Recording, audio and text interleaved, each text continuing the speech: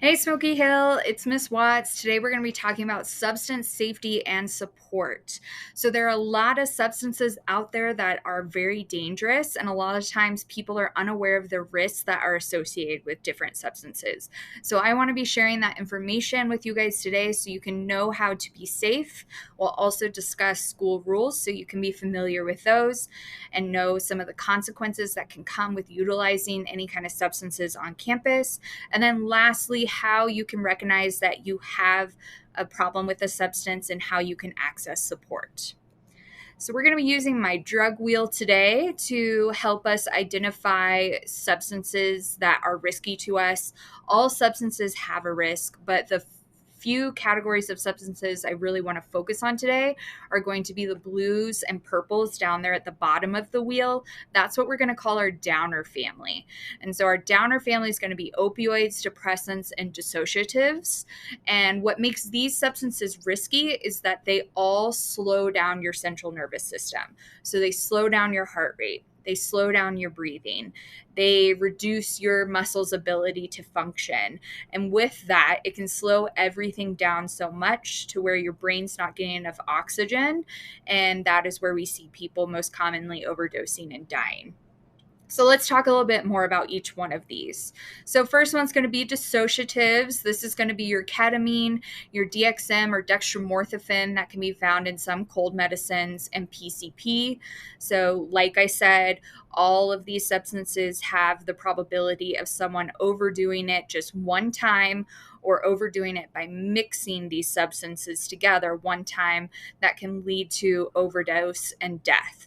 So, additional risks associated with dissociatives is going to be dangerous situations due to an altered perception of reality, unresponsive to stimuli, so not responding to pain or not waking up when people are trying to arouse them, like trying to wake them up. And then also with this substance, you can develop something called hallucinogen persistent perception disorder, especially if your brain is developing at the time that you're using this substance. You're welcome to come talk to me more about this one if you're curious. But that's what I wanted to share about dissociatives. Next category in our downer family is going to be depressants. So depressants are going to be alcohol, prescription anxiety medication like Xanax, prescription sleep medication like Ambien, and prescription muscle relaxers. So same thing with all of these downers, just one time of overdoing it or one time of mixing these substances can lead to overdose and death. Depressants can also have the effect of kind of people losing their inhibitions, losing their ability to make good choices, pretty much, not think through things before doing them. And that can lead you to really dangerous situations, as well as accidents due to loss of motor functioning. This is where we see people getting like DUIs or people getting into lethal car accidents while driving after they have been drinking or using any of these prescription medications. And then our last category is going to be opioids. So, opioids are our number one most dangerous category of substances. They are leading to overdose and deaths across our nation as a whole. So, the most commonly used opioids that people are familiar with are going to be prescription painkillers like Oxycontin, oxycodone, hydrocodone, codeine cough syrup, Percocets, also heroin, and fentanyl. And we'll talk more about fentanyl in the next slide.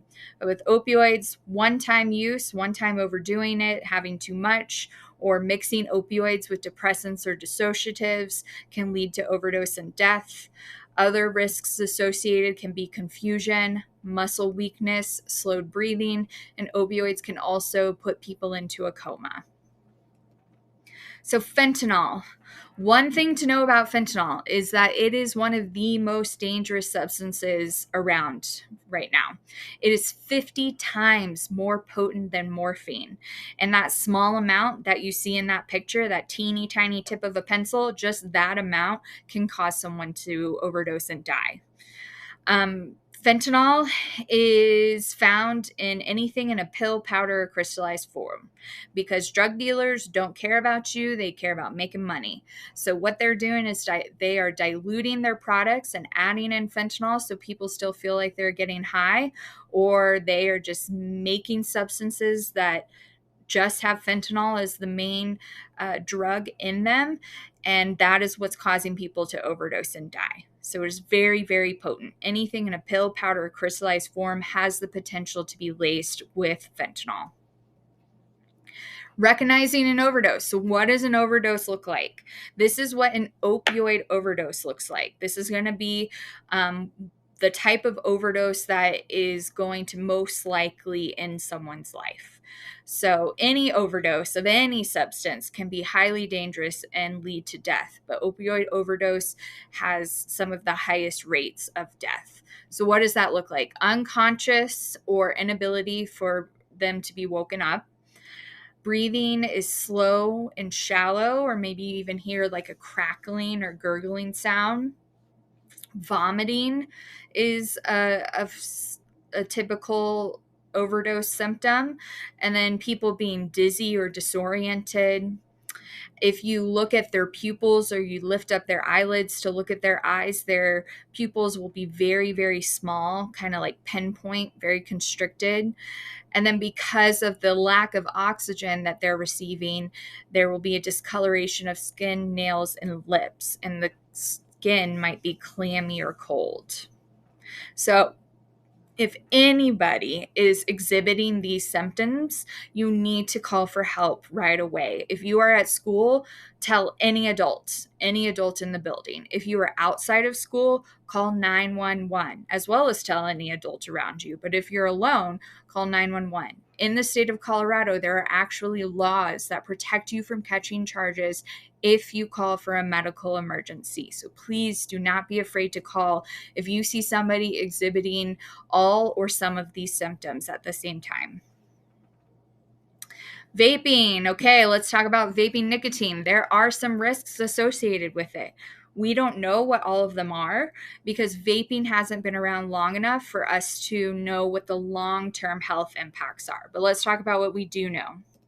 So, vaping has volatile organic compounds, cancer causing chemicals. You could be inhaling heavy metals such as nickel, tin, and lead, and ultrafine particles. Even the flavoring has dangerous chemicals that can lead to serious disease. And then nicotine itself. When you are vaping, you are actually taking in more nicotine than you would if you were smoking cigarettes. And all of those things are not good for your body. Let's talk about how some people are using vaping devices. So, zeroing out is kind of a trend that's been going around. That's when people hold in the e cigarette vapor in their lungs as long as they can so that no vapor comes out when they exhale. This is typically a way of people trying to be discreet when vaping. The issue with this is that, as you can see in this picture, the majority of e-liquid is made out of glycerin and propylene glycol. And these are oils at room temperature. Your battery device, the electronic components of the vape, heat the oil to 370 degrees so that it then changes into a vapor that you can inhale. Our body is at 98 degrees. So if it's a vapor at 370 and it is an oil at room temperature, what do you think's going on in your lungs? Why do you think no vapor is coming out? It's because it's changing states back into an oil. It's cooling down back into an oil inside your lungs. They actually did a research study and with rats and actually were able to identify a buildup of lipids and oils inside the lungs of the rats. So, something to keep in mind. Not as harmless as you think. Cherry Creek school rules. So, drugs, alcohol, and nicotine products are prohibited. Prohibited. Drug, alcohol, and nicotine products are prohibited on Cherry Creek School District property. Drug, alcohol, and nicotine paraphernalia is prohibited on Cherry Creek School District property. So, school district property, that's going to be the parking lots, the fields, if you go to a different school for a game, the bathrooms, anything that could be potentially owned by the school district, that's school district property, and none of these things are allowed. Paraphernalia includes empty containers, pipes, bottles, carts, vape pens, etc. If you are suspected to be in possession of a substance or to be under the influence of a substance, you are subject to being searched. And if you don't cooperate with this search, say you run or just say you're not going to participate, you will automatically be determined guilty and receive a drug strike and suspension. And lastly, no student may give or distribute drugs, alcohol, or nicotine products to another student. These rules apply across the whole district. Now let's look at some Smoky Hill rules. Smoky Hill rules: no smoking or vaping in the bathrooms. Vape detectors are in the bathrooms to help make our bathrooms a safe environment for all students. We are getting so many reports from students and families that students feel uncomfortable and don't feel safe going to the bathroom at our school because so many people are vaping in the bathrooms. So vape detectors were installed to try to create a safe atmosphere for all students. So if you were to get a vaping violation, your first violation is going to be Saturday school. And while you're at Saturday school, you'll be doing the second chance nicotine curriculum. Any additional violations can result in meetings with me, additional Saturday school, or in-school suspension. Another Smoky Hill rule that is new this year is the docks are off limits. So the docks are where, big trucks come in and give deliveries to our school, especially out by the cafeteria area, and they are off limits. There's been too much activity in that area that has not been school appropriate. So hanging out at the docks could now result in consequences of in-school or out-of-school suspension. Do not hang out at the docks. Now, what happens if you were to get a drug strike? So here in Cherry Creek School District, this is the basic rules for everybody in the district. The first drug violation you get is a 10-day suspension or the option to reduce that down to a 3-day suspension and have meetings with me.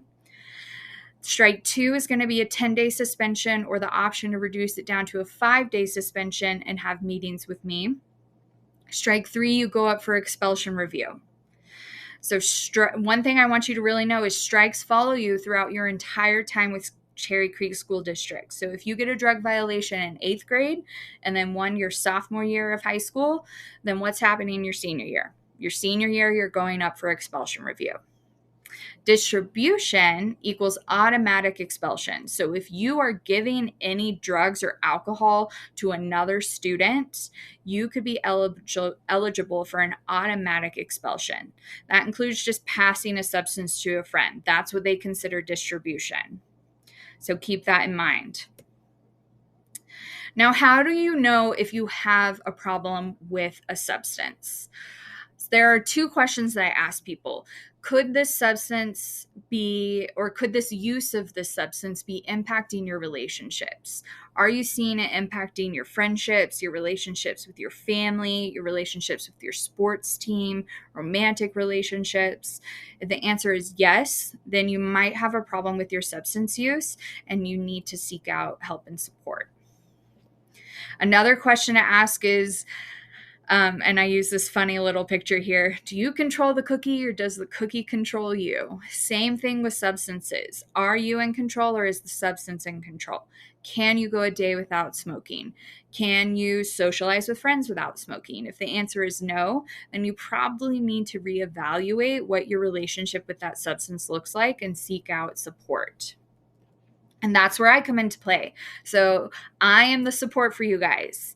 I'm just a reminder, I'm Morgan Watts, Miss Watts, and I'm a licensed clinical social worker. So what that means for you guys is that everything that we talk about is completely confidential.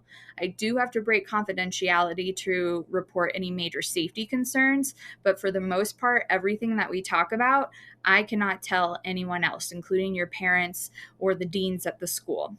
You can find me in room 112, which is downstairs on the far west hallway near Student Achievement Services.